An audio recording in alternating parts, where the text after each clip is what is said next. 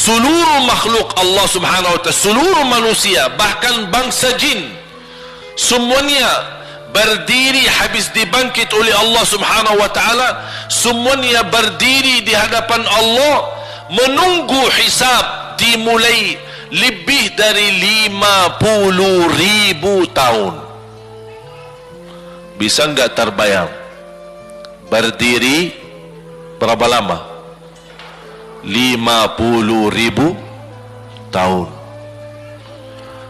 Dan semuanya keadaan laki dan perempuan sebagaimana baru dilahirkan. Bisa enggak Bapak Ibu terbayang?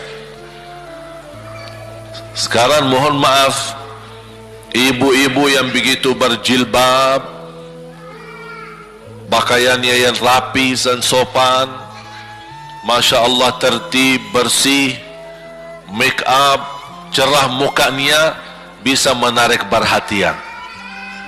Betul enggak? Bagaimana di hari kiamat?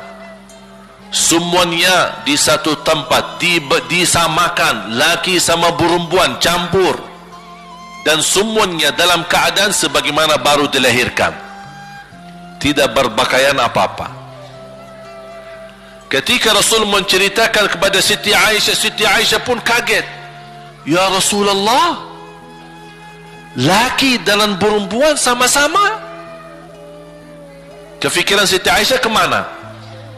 Malu dilihat oleh orang. Apa kata Rasulullah SAW?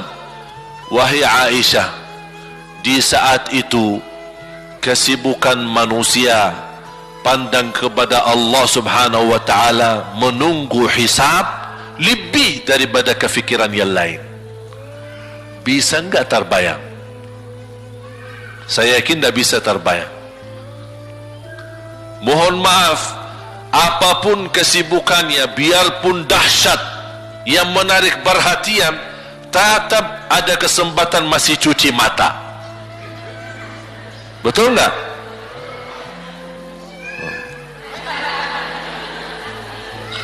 Tapi kalau di hari kiamat beda keadaannya. Apapun yang saya jelasin tidak akan mungkin Bapak Ibu bisa bayangkan, karena itu bukan dahsyat lagi, tapi di luar batas kemampuan kita. Makanya Siti Aisyah sebagai manusia wajar kalau terkejut. Ya Rasulullah, kami dan laki-laki sama-sama. Rasul maklumi fikiran Siti Aisyah sebagaimana memaklumi fikiran kita yang sama. Tapi ternyata kalau di sana beda. Makanya di saat itu belum lagi matahari didekatkan. Disebut dalam hadis mil, 1 mil. Di dalam satu hadis 1 mil adalah, kalau untuk dalam mata itu kan berapa ukurannya? Berapa senti ya? Sangat kecil. Betul? Kalau dalam bahasa Arab itu namanya mil. Berarti ukuran nanti di hari kiamat kita berdiri 50.000 tahun dan mataharinya dekat seperti ini. Di riwayat mil bukan yang itu maksud, tapi adalah ukuran perjalanan 1 mil. Kira-kira 1 mil cukup jauh? Sama, kurang lebih berapa kilo? 1,5 kilo? Ya, kurang lebih 1,5 kilo. Sekarang jutaan kilometer kita merasa panas. Sudah ada AC, sudah ada kipas, sudah ada ujang, sudah ada ini, tapi merasa begitu panasnya. Itu jutaan kilometer. Bagaimana kalau 1,5 kilo?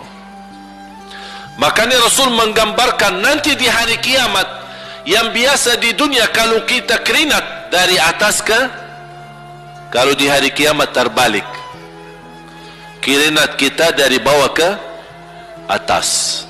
Ini tergantung dosa kita. Kata Rasulullah, ada yang keringatnya sampai ke mata kaki, ada yang sampai ke lutut, ada yang sampai ke paha, ada yang sampai ke perutnya. ada yang sampai ke dadahnya, ada yang sampai ke lehernya, bahkan ada yang sampai merasa sudah sesak nafas, ingin melamatkan diri supaya tidak tenggelam di dalam keringatnya sendiri. Dalam keadaan itu 50.000 tahun. Di situ manusia sudah merasa gelisah, sudah cukup merasa tersiksa. Semua larinya, penolong siapa yang bisa menolong kita? Kita minta tolong kepada siapa yang bisa menyampaikan hajat kita kepada Allah supaya mulai hisab? Karena sudah kita tidak kuat lagi. Semuanya larinya kepada Nabi Adam, Nabi Ibrahim, Nabi Nuh, Nabi Musa, Nabi Isa. Semuanya jawab yang sama, nafsi nafsi, Allahumma sallim sallim. Ya Allah, selamatkan diriku sendiri. Tak ada yang urus anak, istri, suami, keluarga, apalagi manusia lain. Sama keluarganya saja dia lari. Tak ada, nafsi nafsi, diri sendiri. Ya Allah, selamatkan diri sendiri. Ya Allah, selamatkan diri sendiri. Ya Allah, selamatkan. Nabi Adam jawab begitu. Suruh barangkali Nabi Nuh bisa bantu kalian. Datang kepada Nabi Nuh, nafsi nafsi, Allahumma sallim sallim. Datang kepada Nabi Musa, nafsi nafsi, Allahumma sallim sallim. Datang ke Nabi Isa, nafsi nafsi, Allahumma sallim sallim. Sampai terakhir Nabi Isa berkata, ada satu saya rasa dan yakin, dialah yang bisa memberi bantuan. Dia tunjukkan, itu dia, namanya Muhammad sallallahu alaihi wasallam.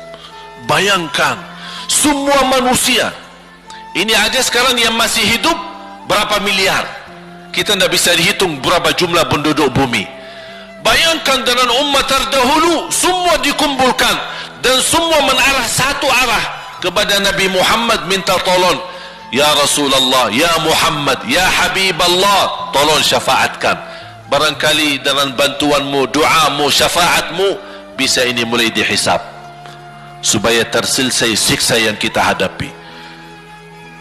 Begitu mereka datang, apa jawab Rasulullah SAW? Allahumma sallim sallim, ummati ummati. Ya Allah, selamatkan umatku umatku. Fikirannya umatnya, bukan istrinya, bukan anaknya, bukan orang tuanya, bukan siap, umatnya. Umatnya dia fikirkan. Kemudian dia sujud di hadapan Allah Subhanahu wa ta'ala. Kata Rasulullah, di saat itu aku bersujud, Allah gerakkan lidahku untuk memuji Allah dengan kata-kata pujian yang tidak pernah makhluk pun sebelumnya sebutkan pujian itu.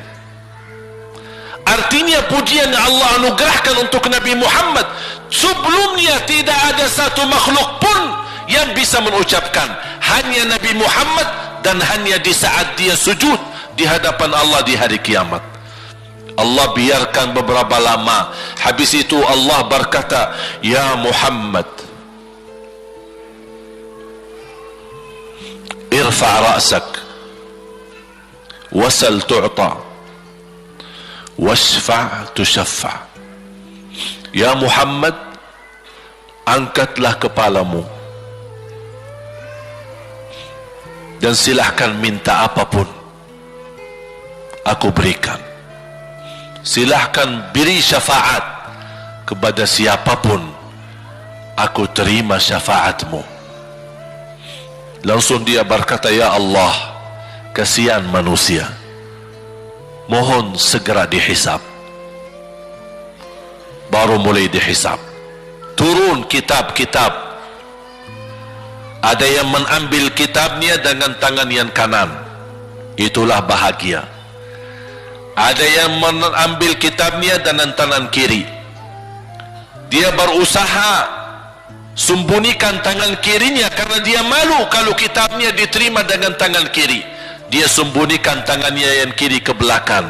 larinya buku amalannya ke belakang dan langsung nempel di tangannya. Tak ada yang